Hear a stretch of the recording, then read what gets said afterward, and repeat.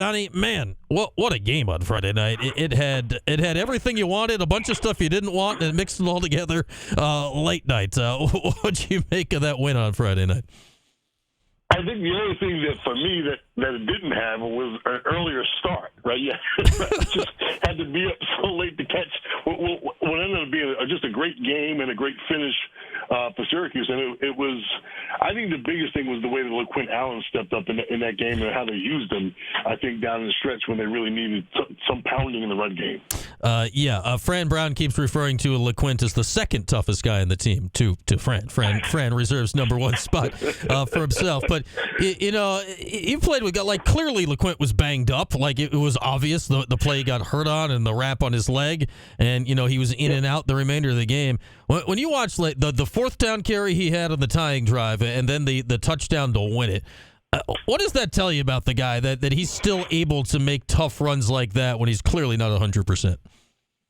There's a reason why he's a captain. There's a reason why, I wrote in my notes as I was thinking about chatting with you that he's the old expression, he's a workman-like running back. Mm. He doesn't get to all the carries because, Kyle McCord is slinging the ball all over the field. So he catches the ball sometimes as a receiver, but when they relied on him, so you see exactly why he's the kind of kid he is. I think I saw a meme where he said he's a cross between a gorilla and a lion, or some sort of cross between two animals that was kind of his ferocious kind of approach to the game. And I think, for a guy who came in so highly touted, doesn't get the ball, is going to share time with Kyle McCord's arm.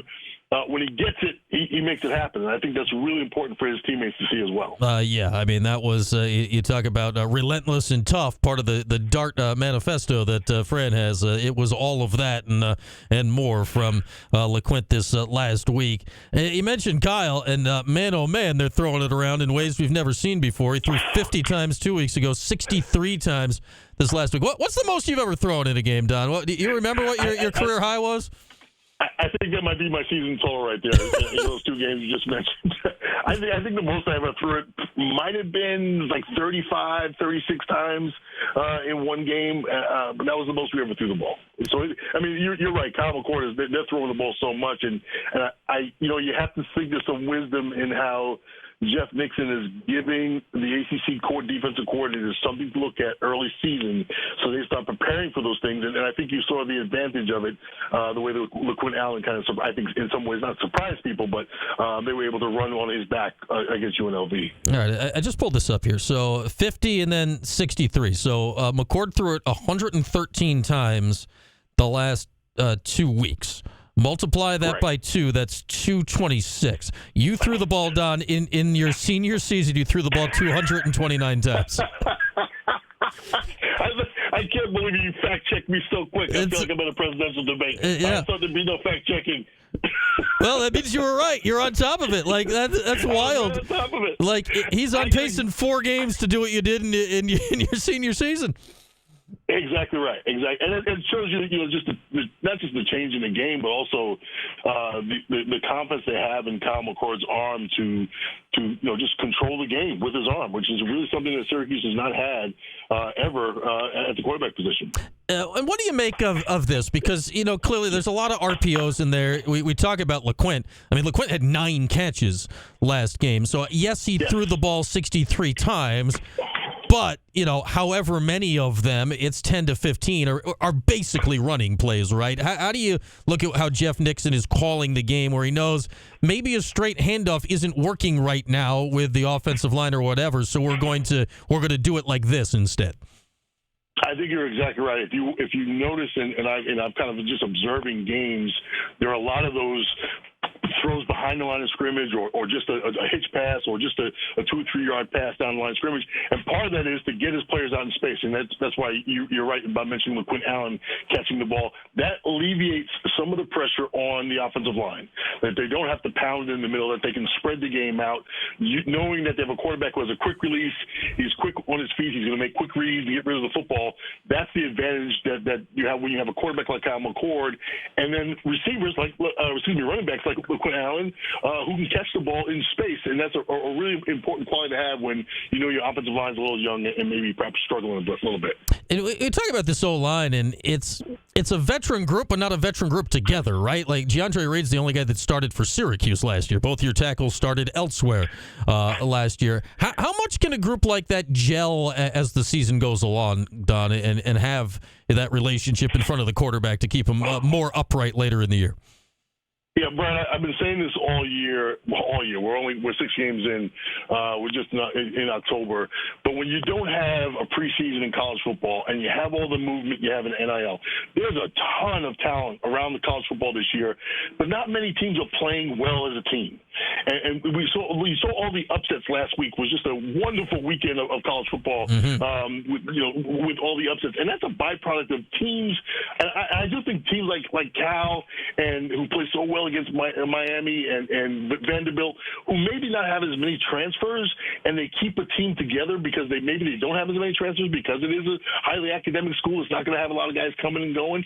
Who knows, right? We're in this period of what does transfer look like in this day and age. But one thing I will tell you is that the most cohesive unit in any sport are 5 offensive linemen. There's no other sport where you have those guys whose sole job is to protect other people. They don't touch the football. They don't get the glory. Their job is to work as a unit. And to get those 5 guys working together as one unit is a hard thing to do, especially like you said, when you have guys coming and going from different programs. The terminology is different, and the pace of the game is different. How it's called is different. And so even the overall philosophy, are we a run first team, a pass first team, are we lots of RPOs? There's a lot of things in there that puts a lot of pressure on an offensive line to come together. And I think you're starting to see that now. Now that we get into October, now they've got 5-6 games under their belt. You're going to start seeing offensive lines hopefully start to gel, as you mentioned. Yeah, hey, heck, we did see, it wasn't always the cleanest thing, right? But we did see Kyle drop back 63 times last game and 0 sacks. It's like zero right. Sacks and 63 passes. You'll take that every day of the week. And you know what? You have to credit Kyle McCord on some of this. And again, the offensive line, you're right that they're getting better. But I see Kyle McCord making really quick decisions getting the ball. He reminds me of Dan Marino. Dan Marino really got sacked just because he got rid of the football. And never liked to get hit, but he got rid of the football. And he was smart enough to know when to move just a few yards to his left or right to buy himself a little bit more time to get the pass off, but also didn't take sacks because he was really quick in his decision making. I'm sure Kyle would be quite happy to hear that comparison. That's not a shabby one here. So Don McPherson with us, brought to you by Feldman Brothers, as always here on a Thursday. Reports of Oronde Gadsden's demise, premature. Everything's fine with Oronde. What'd you notice here, Don? Was that just 2 weeks of being double teamed and whatnot, other people go off, and now you got to rotate the defense, or was he just outstanding? What'd you notice out of Oronde this week? I think you're exactly right. I think he came in with all the hype. He came in coming off the injury, coming back, and he's a big kid. When you walk in the stadium, you notice him. He's just a big, massive young man who, as a receiver, you just notice, wow, that guy's gonna be trouble. And all of a sudden, here comes Pena. Like he's knocking it out the park. He's getting single coverage, or maybe they're not rolling to him because they're worried about Gatson because he's a first down guy. And so a lot of the attention was taken off of him. And I got to say, he made a couple of mistakes early in the season, a couple of penalties. Mm-hmm. We start to see a kid who starts to get down on himself, and it appeared that way. Again, I'm not in that locker room, so you just don't know. But I think the emergence of Meeks and Pena, kind of took a little bit away about what Gatson can offer. And then, just like a true guy that he is, a true leader and a competitor that he is, when he gets the opportunity to shine, he steps up. I hope they take him off of special teams. I've seen him in there a couple of times doing that kind of stuff, and I think it sometimes takes away from a guy's spirit when he's a starter and he's a leader. And so I think he's a guy you can count on, and he's showing that now. Now, listen, if you're a defensive coordinator in the ACC, you're going, holy crap, Syracuse has got a lot of talent coming at you in the pass game. And so they've got a lot to think about. Yeah, that's the next question I want to ask you, Don. So you got Gadsden, you got Meeks, you got Payne, you got LeQuint, you've got McCord throwing it around. Those 4 guys, they're all top 10 in the league right now in catches per game because of the volume of Syracuse's passing game right now. Like, if you are, NC State's defensive coordinator this league, what's your number one task here? Like, what do you line up against Syracuse saying, all right, this is where we're starting? conventional wisdom would say, yeah, you got to try to shut down, you got to try to get to the quarterback, and you got to try to shut down that pass game, try to contain it. But then all of a sudden, LaQuint Allen has the kind of game he had, and NC State has not been that good against the run. They've given up a ton of points. They gave up like 50-plus to Tennessee and Clemson, and in each of those games, and so they haven't been that great against the run. LaQuint Allen poses a problem, but the first thing they have to try to do is in some way disrupt Kyle McCord, and that's going to be their defensive game plan, to slow down a guy who's throwing the ball as much as Kyle McCord is. You have to try to disrupt his pass game and disrupt it early so that he starts to they have to rely on the run game. Yeah, it's just one of those things. Like, and he's gotten off to these hot starts. He completed his first 11 passes last game, right? Like McCord saying, like, yeah, just try me right now, right? He comes out hot, it feels like, every game. He does, and I think he's getting his rhythm. When you hear Fran Brown talk about him as not just as a leader, but as a thinker, you could see him, in games. You say he gets hot early, and then as mature quarterbacks do, you start to figure out how you can work the defense in terms of the choices you make. And I think he's a smart enough guy that if he gets hot early, he gets the confidence underneath him that he can take some chances, and he can be a little creative in how he goes through his reads. Don McPherson with us, and we once again, Donnie, arrive at the elephant in the room. We spent a long time last week talking about place kicking. That, at least for a week, was fixed, though we didn't really see anything longer than an extra point or a field goal, if give or take the same length. And then we watched the punt game this week, and one gets blocked, and one would have been blocked if Stonehouse even had enough time to attempt kicking it. How does that happen? Like, I've never seen that before in that volume this early in the season. And easy solution, hard solution, what do you do in punt protection right now? If you could see my face, I kind of look like Yoda in like the first Star Wars, when his face would just squinch up in a ball because he's thinking about the history of the Force. Special teams is such an interesting unit because, again, that's why I said that when you see starters on special teams, it indicates that there's a problem. And I hate to use that word because you hate to, again, not in that locker room, don't know what the concerns are.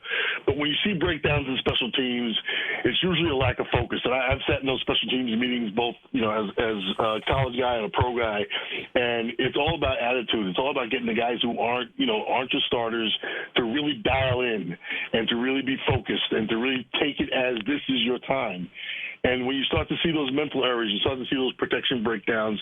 Kicking is one thing. Protecting the kicker is another thing. Protecting the kicker is football. Kicking is kicking. Protecting the kicker is football. You need to get a different kind of attitude in those special teams unit to really get those guys to do those old school blocking and tackling on special teams. And that's why I make the Yoda face, because it's kind of like there's no secret to special teams. It's all about attitude. To protect the punter, you will. Maybe they need Yoda to advise them on the special team. I don't know, Don. Protect the punter, you will. Nice point. It's so weird, right? Like, I've gone through literally my whole life, like on punts, you don't think anything of it, right? Like, Syracuse has always had excellent punting. You find yourself holding your breath now. It's a really weird way to watch a Syracuse football game. And, I hate to go back to what we were talking about earlier with the O-line.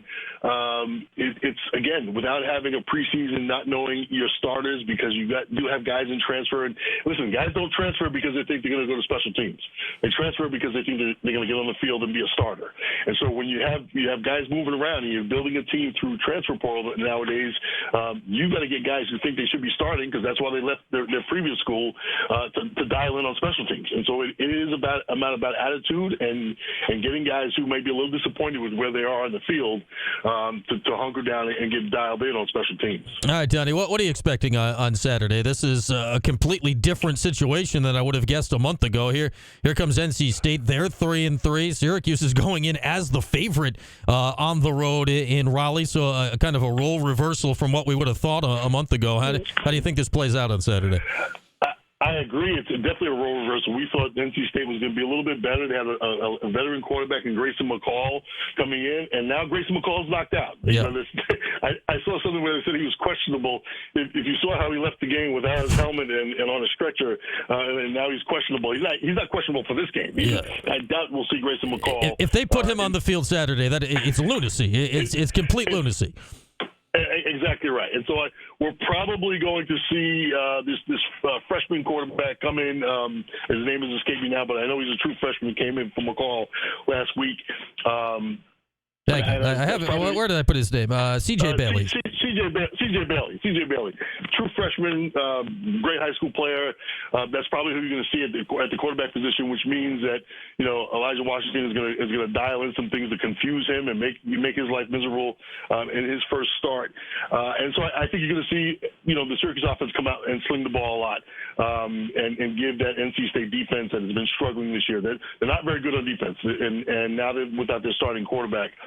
So it's a team that's hobbling at 3-3, and I think Syracuse is, as we say, playing downhill right now.